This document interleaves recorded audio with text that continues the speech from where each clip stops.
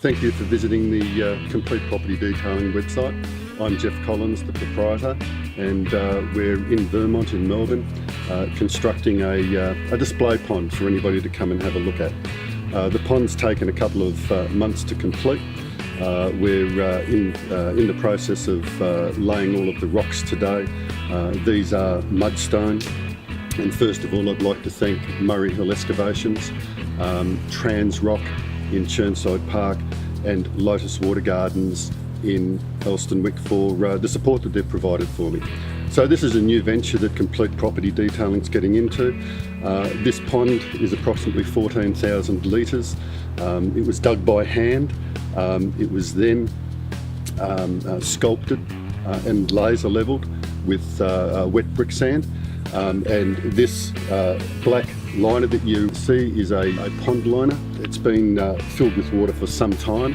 We've got carbuncle fish in there, we've got frogs, we've got goldfish, we've got catfish, and what we're trying to do is create our own kind of native ecosystem. So we've got flowering gums in the background that will attract the birds.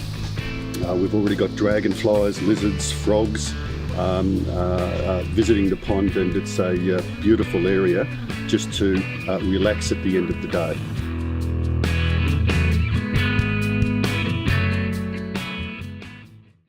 I suppose with any pond, one of the most important things is your engineering. It's no good to make this kind of investment and then find that the filtration of the water doesn't keep up with the size of the pond. This filtration system has an ultraviolet light. The ultraviolet light won't handle 100% of the output of the pump. So we've diverted 50% into the ultraviolet light and 50% of the water into the filter. We've actually got a satellite system, so directly behind me in the pond is the main pump, but what we've done is we've actually connected an extension hose and a satellite filter system, so the water is actually being drawn from two areas of the pond at a time. And we find that every 24 hours this pond is turned over about 2.5 times. What that means is that your water is always clear, and if you engineer it properly, there's going to be minimum maintenance. This is the fountain area. I'm going to have some water cascading over the top rock here. We thought it would be quite interesting to put that vertical rock there. Now that vertical rock will have a galvanised stirrup concreted in behind it, and then we'll put dynabolts into the rock to hold it vertical. But just for the moment, we've used the tree there just to support it and make sure that it's safe during the construction stage. One of the things that we've done is we've tried to make this friendly for animals, and what we have done is we've created a little area here where we're going to have a run for some blue-tongue lizards coming through here.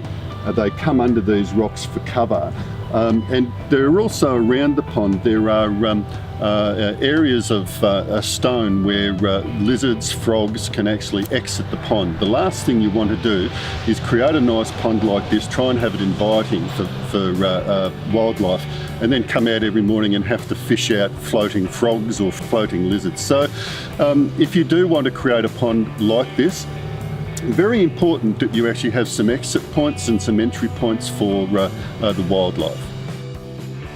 Murray Hill Excavations been absolutely fantastic, and when you're doing something like this, it's a little bit different to digging rocks into dirt. The rubber liner that I've got here is $2,600 worth of liner, and if it's punctured by placing the rocks down, we have to start again with the pond. So what I do want to suggest is anybody who has a pond like this and they need somebody who is well versed and experienced with placing large rocks like this, I couldn't recommend Murray high enough. Well, this is certainly one of the largest rocks that we've moved today. In terms of the construction of the pond, what we've done is we've tried to build up this side here, but to my right hand side where we're going to have a parking area, we want to try and keep things as low as possible.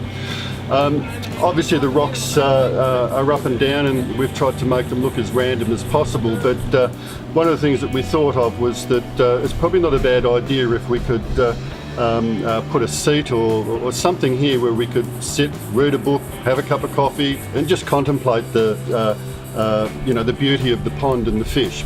So we purchased this rock, and what we're going to do is we'll put a park bench on it, so we can actually sit here, read a book, or just relax after a stressful day and contemplate nature and the pond.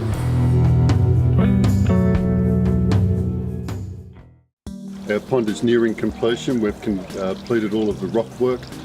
We've got some further landscaping work to do, but our fish are happy, they're breeding, they're having babies. We've got our waterfall in. We've got our nesting box for our lizards, and we're just waiting for some further landscaping works to be done before the entire project's finished. So here I am again, once again on my contemplation rock. This is my favourite point of the pond. When I come home, first thing I do, crack open a beer, come down here, relax for about 20 minutes and feed the fish. One of the things that we need to do to finish all of this off is we need to put a retaining wall here. It'll be a dry stone wall.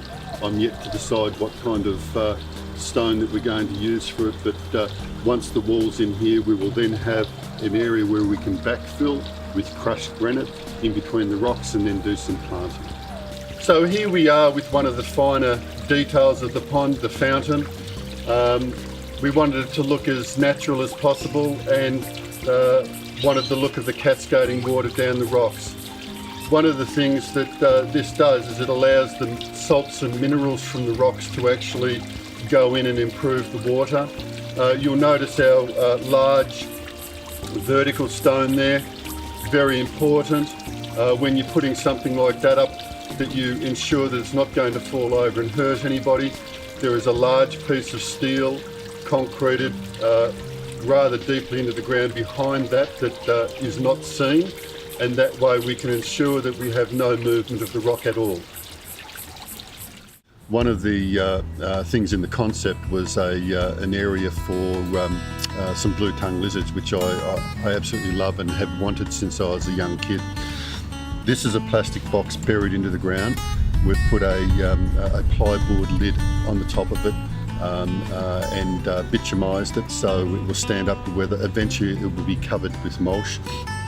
We've got a ventilation cap here, and we also have a little lid here where I can drop food in. Inside here we've got a nesting box for the lizards. And there's a 150mm pipe which has been cut into the bottom of that and goes underground and comes out at a nice sunny protected area for the lizards.